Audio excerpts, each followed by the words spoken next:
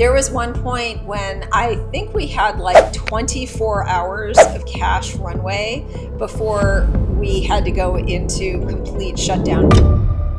You know, in the auto industry, $45 million is like, it's gone. You know, by the time you're, I don't know, 40 or 45 or 50 or something, you're probably going to have a midlife crisis. Like, what am I doing? I have all this money. How do you think investors look at risk and scale in today's day and time? You know, Pat, when I first met him, he said, you know, Rachel, you know what your problem is? I'd go to yoga Sunday morning and it's like, oh my God, finally. And my phone's ringing. No. I mean, at the time in 2008, Elon was actually... So today we have a very special guest on our podcast. We have Rachel Konrad, who has been the head of communications at Tesla, then at Renault, Nissan, Mitsubishi, and then at Impossible Foods. She is now also teaching at top business schools like Stanford and Masters Union. We hope you love watching it as much as we loved recording the entire thing. And let's get started.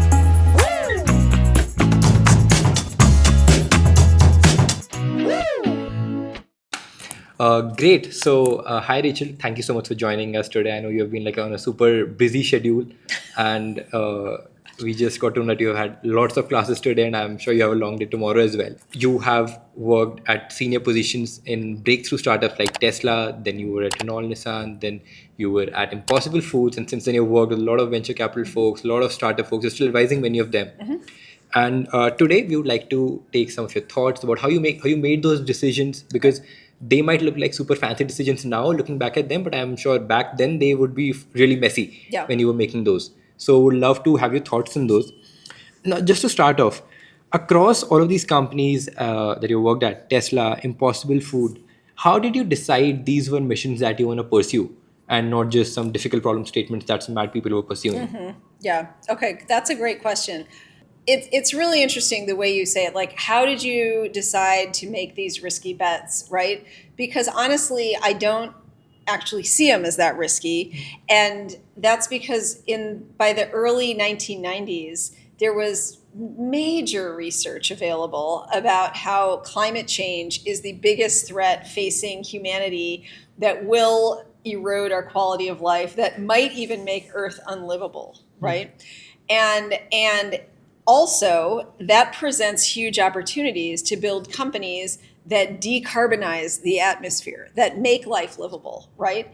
And so, you know, I went into journalism early in my career, and I really love writing, and I love journalism and talking to other people and learning and interviewing people and all that kind of stuff. But I started, you know, covering the auto industry in Detroit, and I realized, wow, okay, this industry is pretty vile, filthy, gross polluting, toxic to the environment.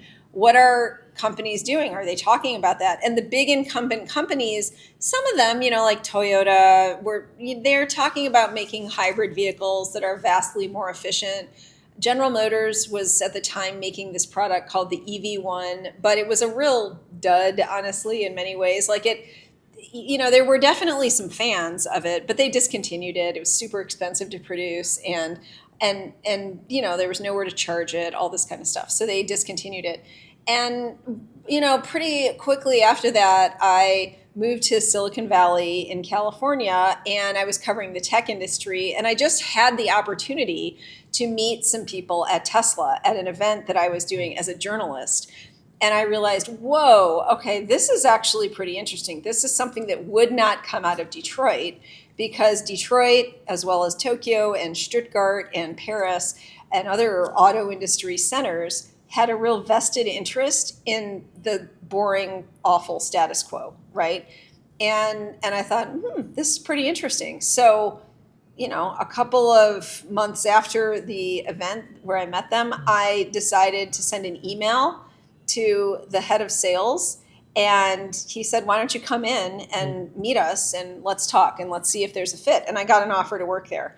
And it's so really that mission of helping to decarbonize Earth was driving me. And frankly, Tesla was the only game in town at the time that was doing it. That's why I applied there. That's how I got the job. That's why I work there.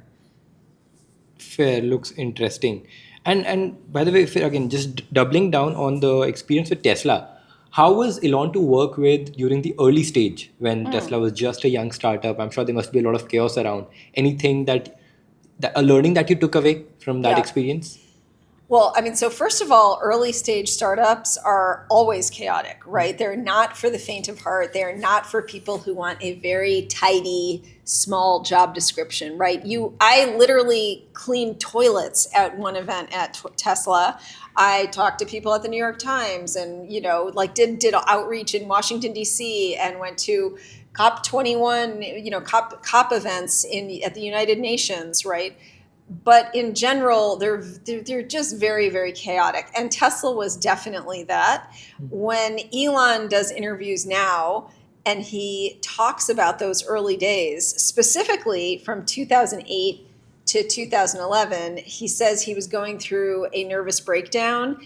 It was just so hard. He also says things like, it was like eating glass every day. And he said being Tesla CEO back then was like death eating your face. And it was pretty bad, right? I mean, there was one point when I think we had like 24 hours of cash runway before we had to go into complete shutdown mode. This was in 2008? 2008. Yeah, it's December 2008.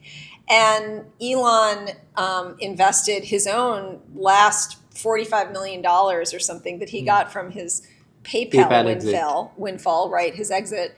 And that's, in the auto industry, $45 million is like, it's gone. It's gone. And so then we got just, $50 million from a Toyota investment, $50 million from Mercedes. But it was really slim pickings. Just a quick question there. So does the commitment from Elon about doubling down with his entire net worth give other investors the confidence that they also put in their own money? At the time, no. I mean, at the time in 2008, Elon was actually not, a super celebrity CEO like he is now, but he was actually very well known in Silicon Valley as PayPal Mafia, right? And he was considered fairly investable. However, remember, in 2008, there was this global liquidity freeze. It was a complete crisis. All of the banking sector seized up. General Motors and Chrysler had declared bankruptcy. It was really probably the worst time to start any company, let alone a car company, let alone an electric car company. So the VCs wouldn't even invest in Elon. So he kind of didn't have much of a choice. He could either wind down the company or invest his own money, right? It was that dire of a situation. So no, his investment of his own money in it did not give other investors confidence. In fact, were it not for, Toyota, Daimler, and then truly the federal low interest loan of $465 million, the company would be dead. That sounds amazing. So when you joined Tesla, how big was it? I think I was roughly employee 100 at Tesla. So again, pretty small. Super small. Yeah, for a car company, yeah. What were some core values, core cultural notes that you observed back then in the way it was operating? I mean, let's be very clear. We didn't have like a list of company values, integrity and perseverance or anything like that. It was just do whatever it takes to get to the next day. And that is how a lot of startups are, right? I mean, you just got to get through. It's called in Silicon Valley, we call it the grind, right? There are always going to be certain periods that are just awful. And at Tesla, those early days were definitely awful because of the global liquidity crisis. But even after that abated a little bit, it was still a really terrible time because we discontinued sales of that little first car, the Roadster, but we weren't in full-scale production of our next car, the Model S. And this is a very precarious time in a tech company's history. It's called the Valley of Death, right? Where you really don't have anything to sell other than your vision, right? And other than the story. And man, Elon's a great seller of the story. So I do feel like in many ways I got to learn from the best at the hardest possible moment, right? Fair. But, and Looking back at now, when you look back at that entire phase of those difficult 2 3 years, was there a turning point when things started to look better and they got better and better after that?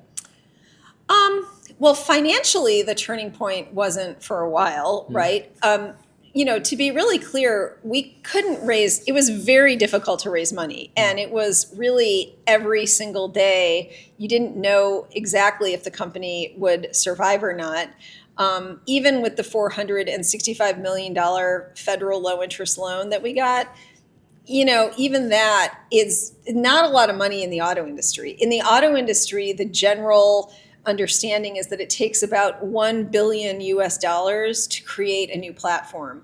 And so we had less than half of that, right? And we're trying to create an all new platform with an all new propulsion system, including the beginnings of a charging network, all that kind of stuff. So it was a really bare bones kind of place.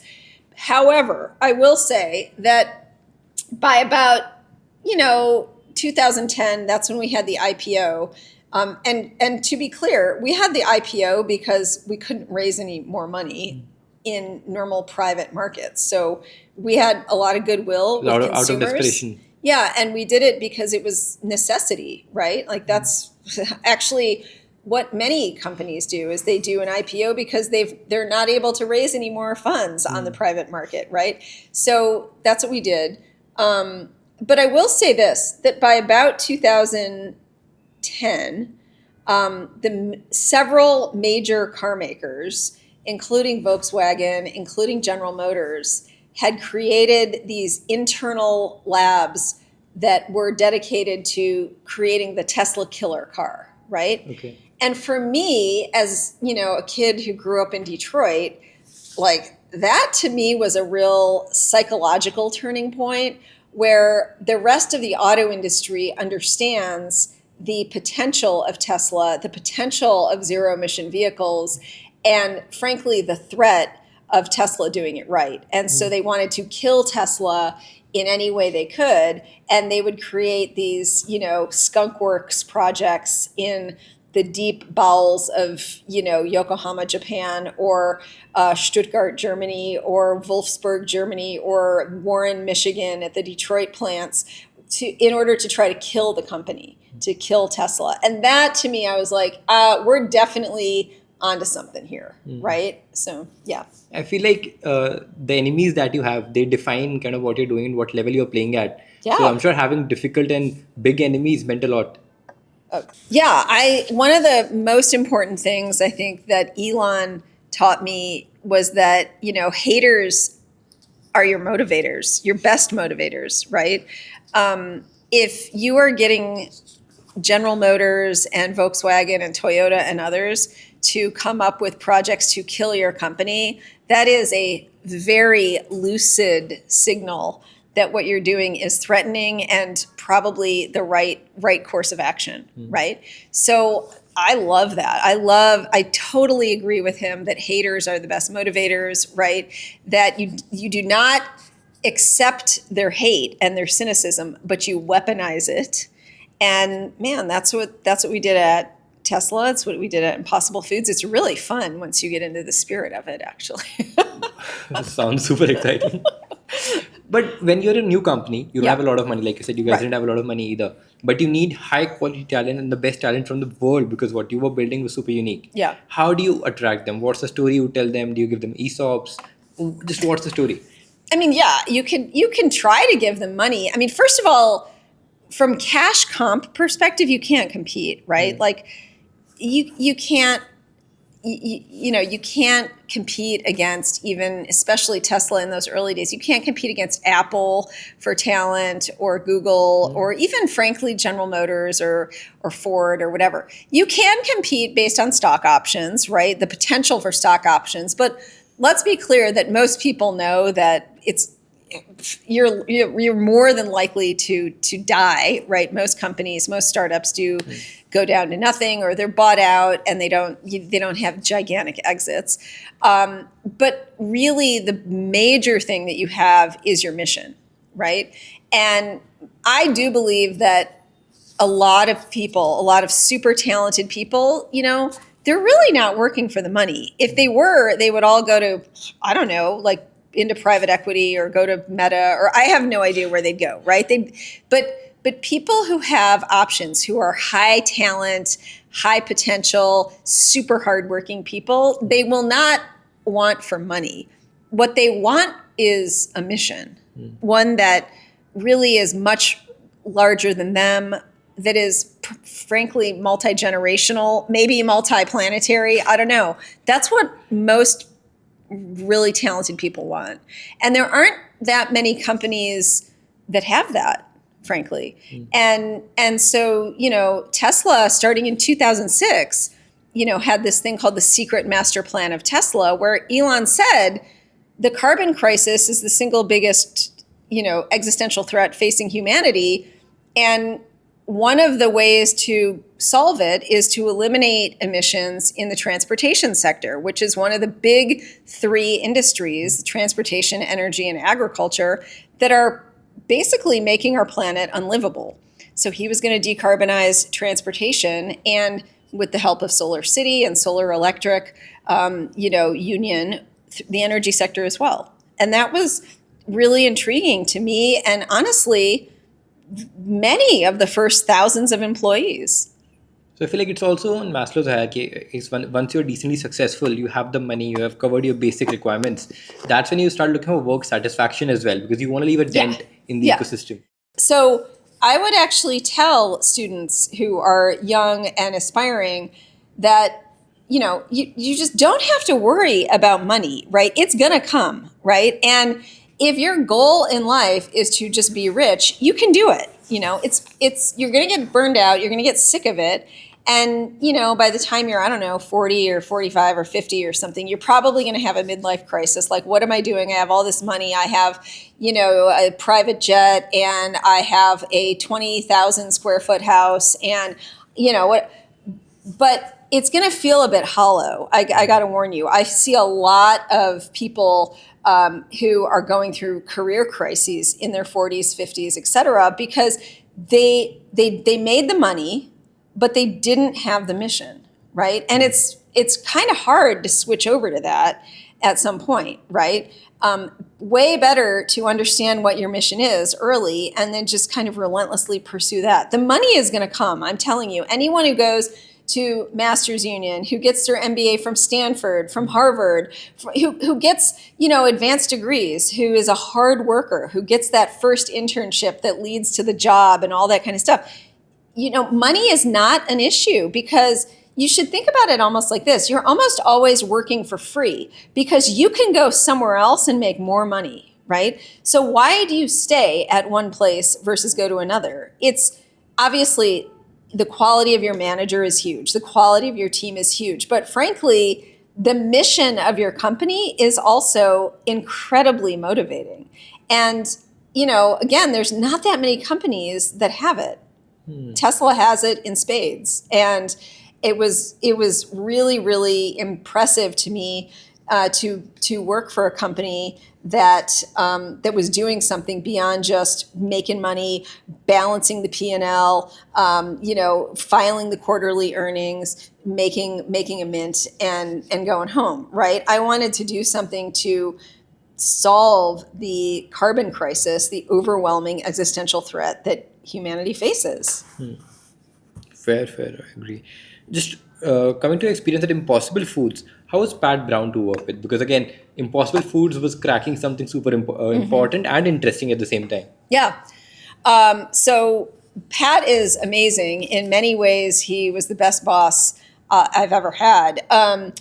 I first met him in, it must have been 2015 at a United Nations event called COP21. It was the big Paris-based environmental conference. And I was actually there with Carlos Ghosn of Renault Nissan Mitsubishi, because I was working for them at the time. And, I got a chance to meet Pat. And he was a 25-year biochemist at Stanford, and he had this idea that we need to make plants into meat directly. Instead of using the cow and animal agriculture, we should just go directly from plants to meat, and we should use science in order to do that, right? Pat, when I first met him, he said, Rachel, you know what your problem is? And I was like, what? I worked for Elon. I'm now here at the Paris, event of the United Nations with Carlos Ghosn, the number one incumbent industry auto exec. I don't have a problem. What, Pat? What is my problem, right? And he said, you picked the wrong industry. And I was like, what? I'm from Detroit. I mean, there is no other industry other than the car industry, right? For me. And he said, well, here's the problem. The car industry is transitioning to zero emission. We don't know how long it'll take, but they are transitioning. But nobody's actually talking about the agriculture industry, right? Which is more toxic to the planet, emits more greenhouse gases than every car, truck, rocket, ship, train, etc. And he told me this, and I was like, there's no way. It was really shocking to me for him. I had never heard that argument in 2015. So, I went home to my lovely apartment in Paris and I started Googling, and he was right. He was totally right. Animal agriculture is definitely the highest carbon footprint thing that we as a civilization have ever created. And in fact, for individual people, it's the highest carbon footprint thing you do is what you eat, especially if you have a very meat intensive, animal ag intensive, beef intensive diet, right? And he said that, and I was just shocked, but he was right. And within just a few months, I was like, yeah, I want to be part of that. And I quickly... He sold you the story well. Yeah, and I quickly realized, like, all right, I need to do a proper interview and go back to Silicon Valley and talk to him more and meet other people. And so he invited me back to do a job interview, and I did. I had to meet Vinod Khosla, the famous venture capitalist. At that point, he interviewed me. That was terrifying. And I got the job somehow, and I moved back. I moved my family, like, 7,000 kilometers or something to go work for this crazy, crazy company. No, sounds fair. Again, it comes down to the mission like we spoke about earlier. 100%. Yeah. You mentioned Vinod there. What was the interview experience with him like? I mean, Vinod is a really interesting character. So first of all, he's absolutely brilliant. And he's one of these guys who, his attitude is like, you've got to have the science. You've got to have the technical bona fides, right? He had to make sure that Pat Brown could actually produce meat directly from plants. And then the thing that I love about Vinod is that he's a lot about the story, right? Like, how do we tell a very simple, compelling, elegant, sticky, persuasive story here? And this is actually really... an amazing trait about Vinod. He actually really prioritizes the narrative, right? In a way that many VCs don't. They're like, doing all the due diligence on the technology. And Vinod and his team does as well, of course. But then he really does focus on the storytelling. And the question was, is Pat a good storyteller? Who can we bring in around Pat to amplify that story? And I'm shocked I got the job, honestly. Like, I'm so appreciative and learned a ton working with Pat and Vinod. He is just a tour de force. Yeah. No, I'm very sure about that. At any scale during these journeys, and with the startup that you have advised later on as well, how do you think investors look at risk and scale in today's day and time about these breakthrough companies which are doing something super unique? Yeah. I mean, it's really tricky, right? If you're an investor who is just trying to get, a growing profitability, like, we're just going to try to we're just going to invest in companies that we can already see that they're going to get to cash flow break even pretty soon, and then they're going to get to profitability, and then they're just going to be spinning off free cash flow, right? Like, that's the dream.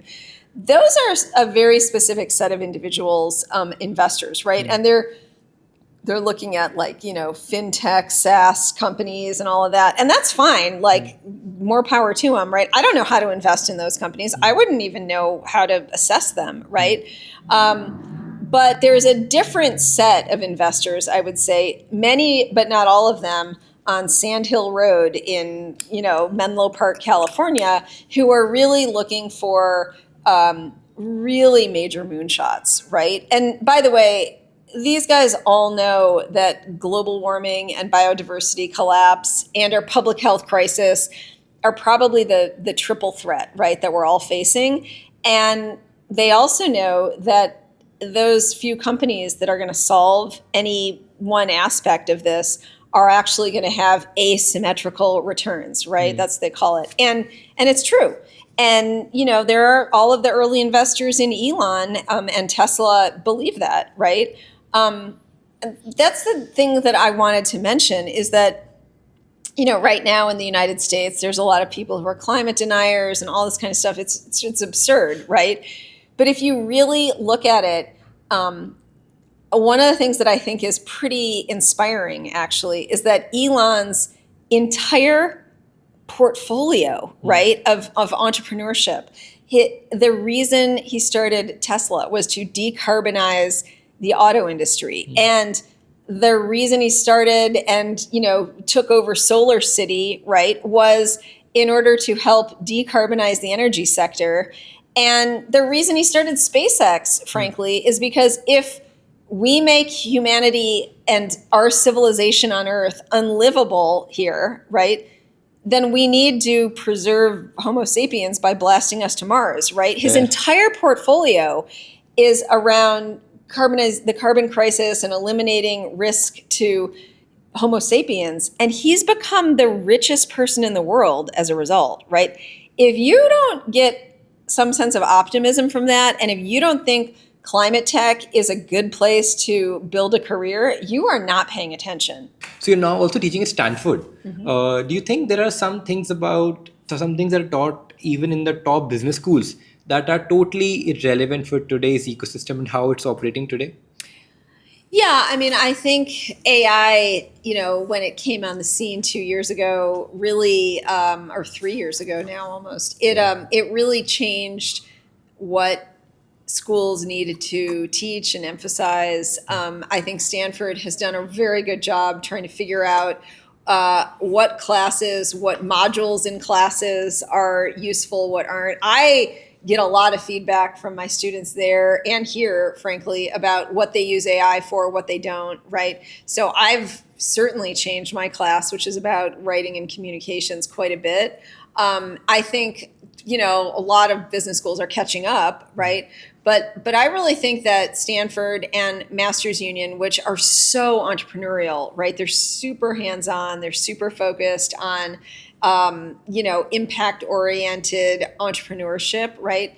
That I think they're kind of ahead in many ways. And I think a lot of other schools are catching up. I think, I have a lot of respect for Harvard, for INSEAD, many other schools. But I think this kind of like old case study focused kind of let's think about 5-year-old, 10-year-old case studies, right? I'm not sure how relevant that is going forward, right? I think the idea of building a business, the startup garage at Stanford or the drop shipping class at Masters Union, I think that's actually incredibly useful going forward. So it's going to become more practical learning, less of old cases. And I also feel like that's fair because things are moving so fast that even a case from hardly 7-8 years ago might not be relevant today.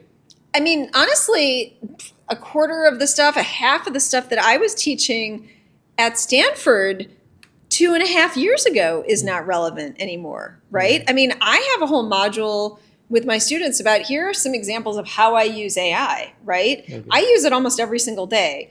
But there are also some places where I don't use it, right? Where I think it's really dangerous to use it. And so I talk to students about that as well, But yeah, if you're not talking about that, if you're really focused on just like, I gotta get through these case studies, I don't know how relevant that is anymore.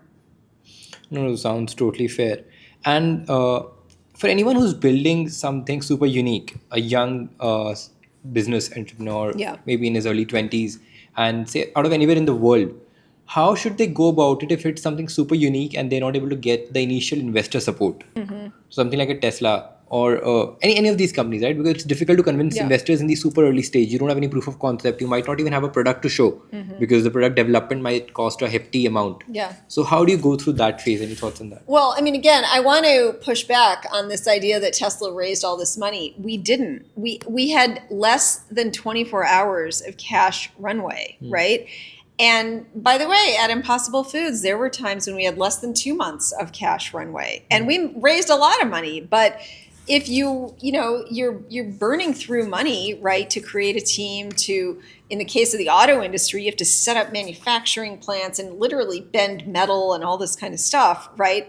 You burn a lot of money. So I reject the idea that like, oh, Elon did it, but that's because he raised all this money and all of that. It was so hard. Like I mentioned, he would come to work weeks in a row saying, this feels like eating glass. This was like death eating my face. And then his rocket would blow up, and then he got divorced. And all, like, I mean, come on. These are really, really hard businesses under the very best of fundraising scenarios, right? Now, this also made me think, just when you mentioned that even this can sometimes also take a hit on your work life, right? You don't have any. Are you kidding me? Exactly. There's no balance. Yeah. But how do you explain that to your family? I feel like you can make that work when you're in your early 20s. But once you get married, you might have kids. How do you make sure that both of these ends are getting supported enough? Yeah, that was really hard. I mean, this is why the tech sector really does have a lot of people in its 20s. It's not exclusively people in their 20s, but I mean, to be clear, there are times when it's just a grind. I mean, Elon, back in the day, I don't know, I haven't worked for him or been in touch with him, but I mean, back in the day, he really did work regularly, minimum 80 hours a week, many times more than 90 or 100 hours per week. And he kind of expects you to also at least be available when he wants to talk at 3 a.m. or Sunday morning or whatever. There were many, many times where I'd go to yoga Sunday morning and it's like, oh my God, finally. And my phone's ringing, right? And that happened a lot. I mean, I remember I worked a 22-hour day at Impossible Foods, right? Multiple times.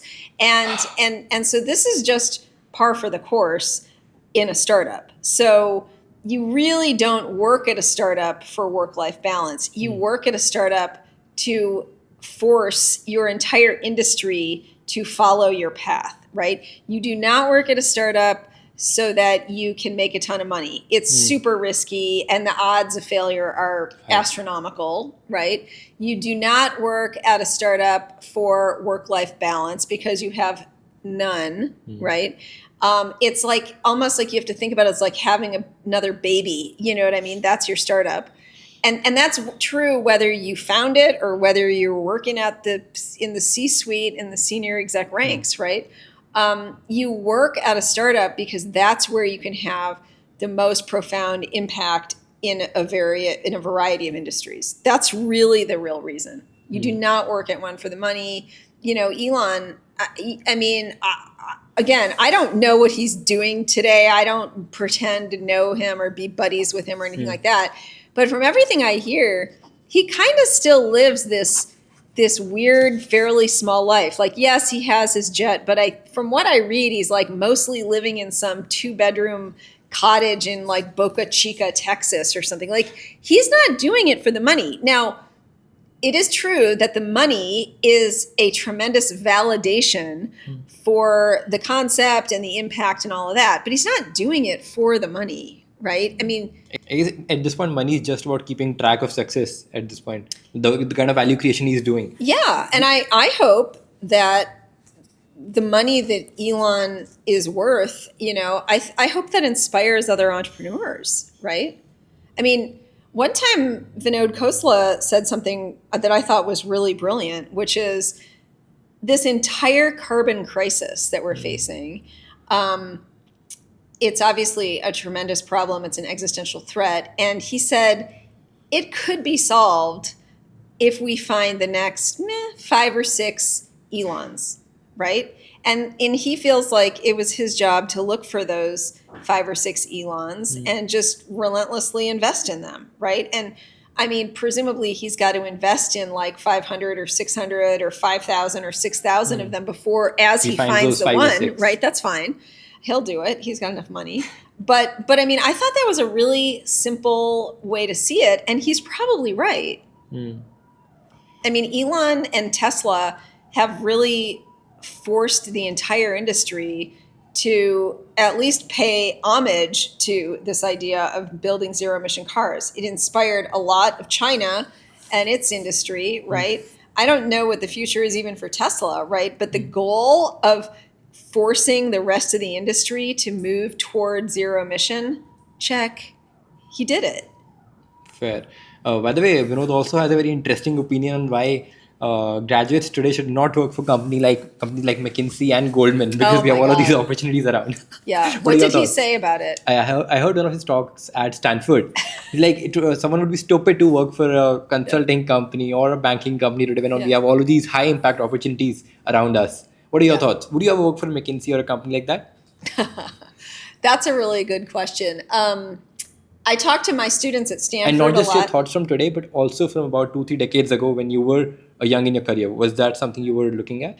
No, I mean, I was definitely brought up like a very middle class kid. I did not have like this extreme pedigree. I didn't go to Harvard Business School or anything like that. So I wasn't even, and again, I grew up in Detroit, right? Where in Detroit, most people, when I grew up there in the 70s and 80s, right?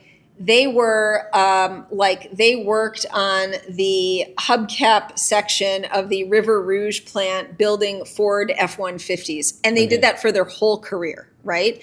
It is a very industrial town and people have very industrial jobs and their work is a fairly small part of their identity and their life, right?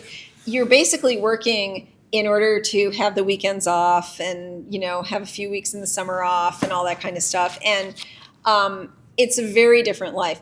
It really wasn't until I was exposed, once I moved out to California and once I got this incredible job working for Carlos Ghosn at Renault Nissan Mitsubishi, that I started to understand this world of consultants, right? So it was not something that I was looking for. But I will say that having now worked with many former consultants and consultants, right? The big knock against them, the big reason why Vinod and frankly Elon and most VCs and most successful entrepreneurs in Silicon Valley, the reason they say we hate consultants and we won't hire them is because in general, there's this perception, often true, not always, but often true, that consultants never take anything from, idea creation all the way through to execution. That their goal is kind of to be a PowerPoint jockey and kind of their biggest achievement is to get you to re-up for another 6 months of a contract, right? That's really why they're hated. And so it's funny because at Stanford, I think 20% of students who take my class are consultants.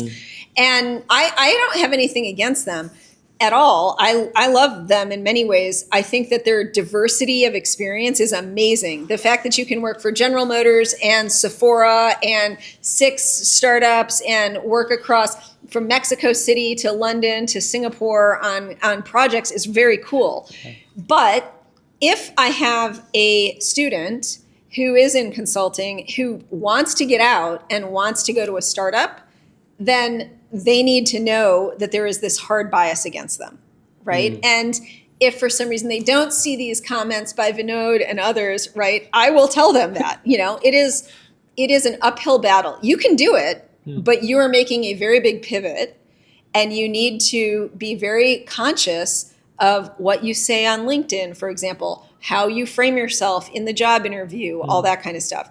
And you can't be one of these people, these classical McKinsey, Bain, BCG, Deloitte consultants who goes in and is like, my goal is to unlock value by unleashing innovation and scaling from 0 to 1. It's like, No, you've got to give me very specific details on what you did in the early stage of some project and how you got it through to completion. Not just, I enabled, scaled up innovation at digital transformation companies. Like, what does that mean, right?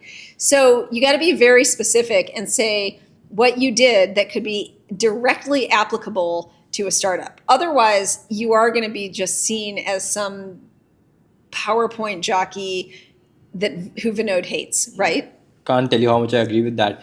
Also because, with my limited experience of working with a few consultants here and there at my internships and at some of those places, another problem is that consultants can never take up ownership. They're not in the habit of taking up ownership because they've worked on 3-month projects their entire life. Yeah. Now when they join a company, and they should stay there for years, because I feel like for the first year, the person is not actually adding a lot of value, because that's when they're understanding the company. In the second and third year, that's where they're a real asset to the company. They firstly can't stick long enough because they get bored out, or they can't go depth. They just like to stay on the top line. And secondly, they don't ever have that kind of ownership about the company. Yeah. And that's just like a mindset problem that unfortunately a lot of consultants carry on after their consulting experience. Yeah. Again, I have nothing personally against them. I've actually used consultants, especially when I was at Renault Nissan, and I see their value. But the students of mine, including at Masters Union, by the way, who are in consulting, who came out of consulting, are in B school, in order to go to a startup, they need to be aware of what this hard bias against them is in places like Silicon Valley and elsewhere. Fair. And it is harsh, man. Yeah. Totally. Okay. Just a few thoughts that I would love to gather from you. So if you could just help me with your thoughts on an interesting question here. If you could delete one cliche career advice that's given all around, but you feel it's worthless and rather it's in the wrong direction, what would it be? That's actually very easy. And that is, do what you love and the money will follow, right? I don't think you should do what you love. Like in my case, I would love to go skiing most days and then sit around and watch TikTok videos and play with my kids and play the piano at night, right? Like that's not going to make me enough money to live. It's not going to have the impact that I want on civilization and humanity. I think you should go for the thing where you can exert maximum positive impact on humanity. That's ultimately going to make you the happiest. And it might be something that's hard, right? Like Elon said, it's like eating glass every day. It's like death eating your face, right? But ultimately, if you're doing something that makes your world better, that makes your kids, grandkids, future generations' lives better, that's what's going to make you most happy when you're looking backward at your life. Fair. And any other career advice that you think a lot of people might not agree with you on? Well, I would say I think the most important thing I personally learned from Elon and Pat Brown, especially, and even Carlos Ghosn, actually, is it's not about, I learned a lot about communications, marketing, et cetera, right? Especially from Elon, right? Own your own narrative, all that kind of stuff. But I think that the most important thing is to reject cynicism, right?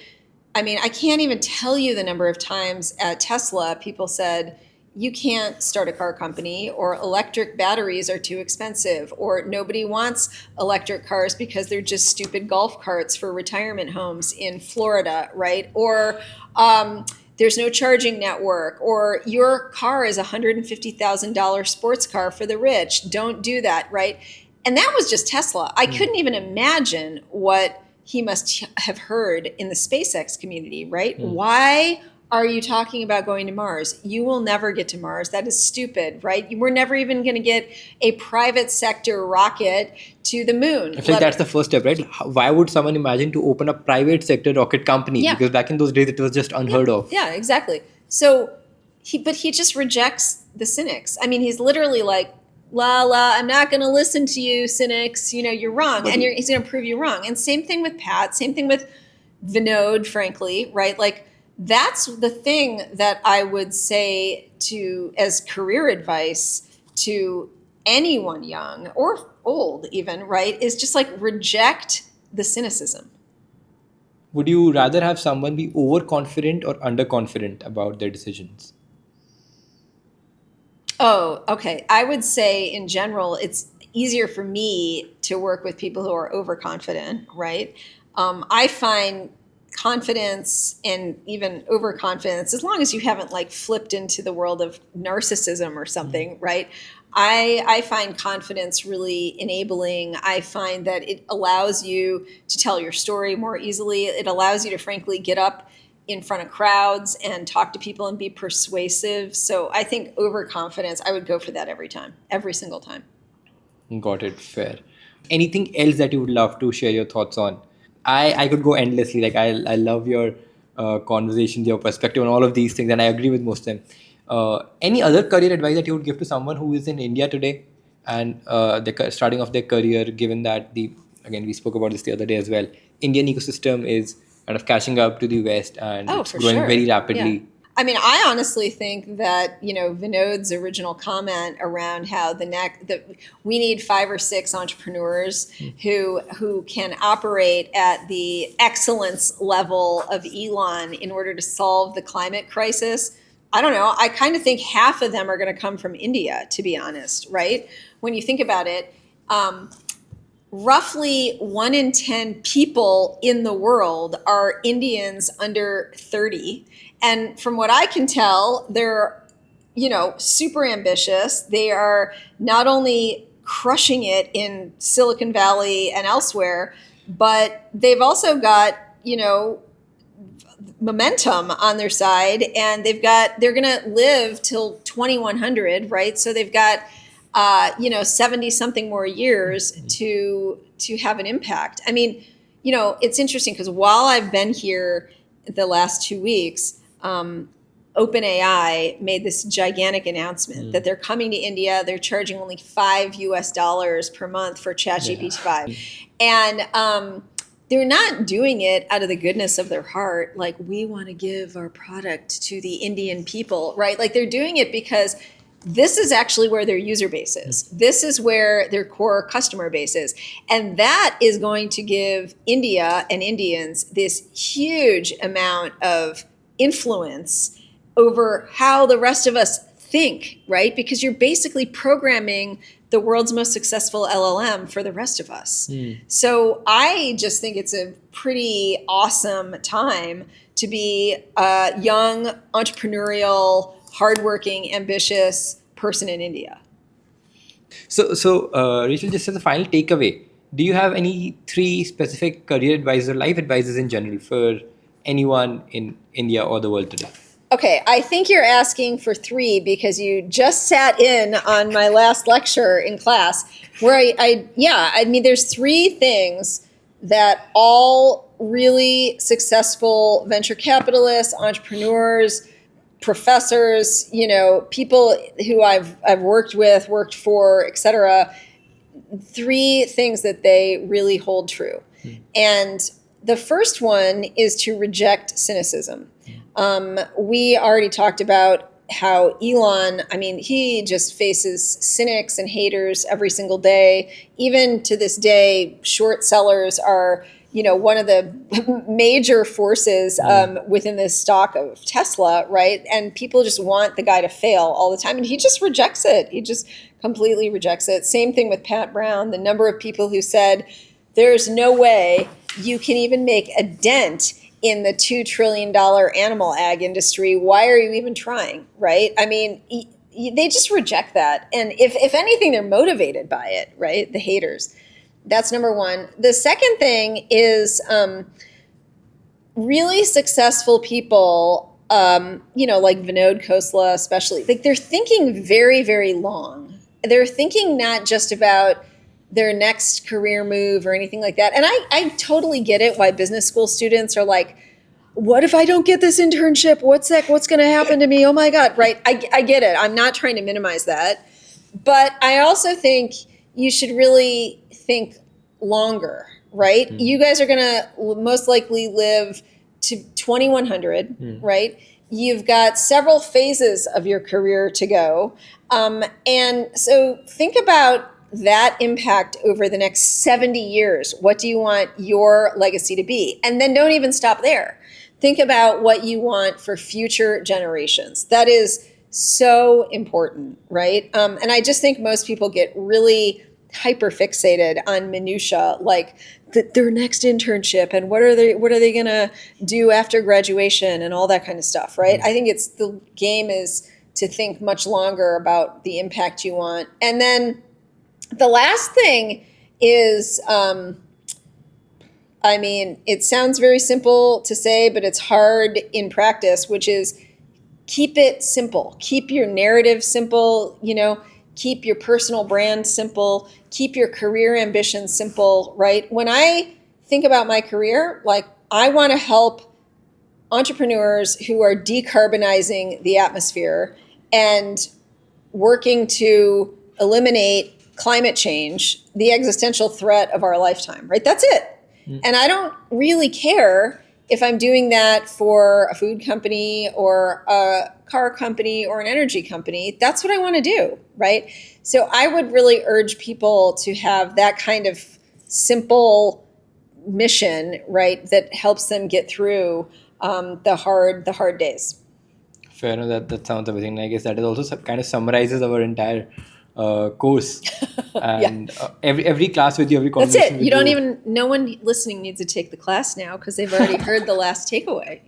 No, fair. Yeah, that was the last slide of your entire course. Yeah, it was. But yeah, like every class, every conversation has been super inspiring and thank you. full of learnings for me. It's been so much fun. And by the way, this class is like, I just really feed off of the energy of everyone in the class. People are like, just like tripping over each other to talk. I love it. Everyone's raising their hand. They're turning in stuff. I think I have all 300 students have already DM'd me in my LinkedIn feed. So I will get to all of you. Don't worry. I will accept all of you. But yeah, it's been super motivational to be here. I love it. Yeah. Fair. No, that sounds amazing. And I guess that's all. Thank you so much Thank for the you. time, Rachel. Super fun. And I guess you're here in India for a couple of more days? Yep. What are your plans? I saw that you went to Agra. I saw your LinkedIn I went post. to Agra. It was absolutely incredible. I got very lucky because I did Agra to see the Taj Mahal as a day trip. I'm not sure I recommend that. I think it would be better have been really to hectic. spend the night. Yeah. I got lucky in that I was on the ground for 2 hours and it didn't rain. It poured the whole time I was there, poured the whole time I was back.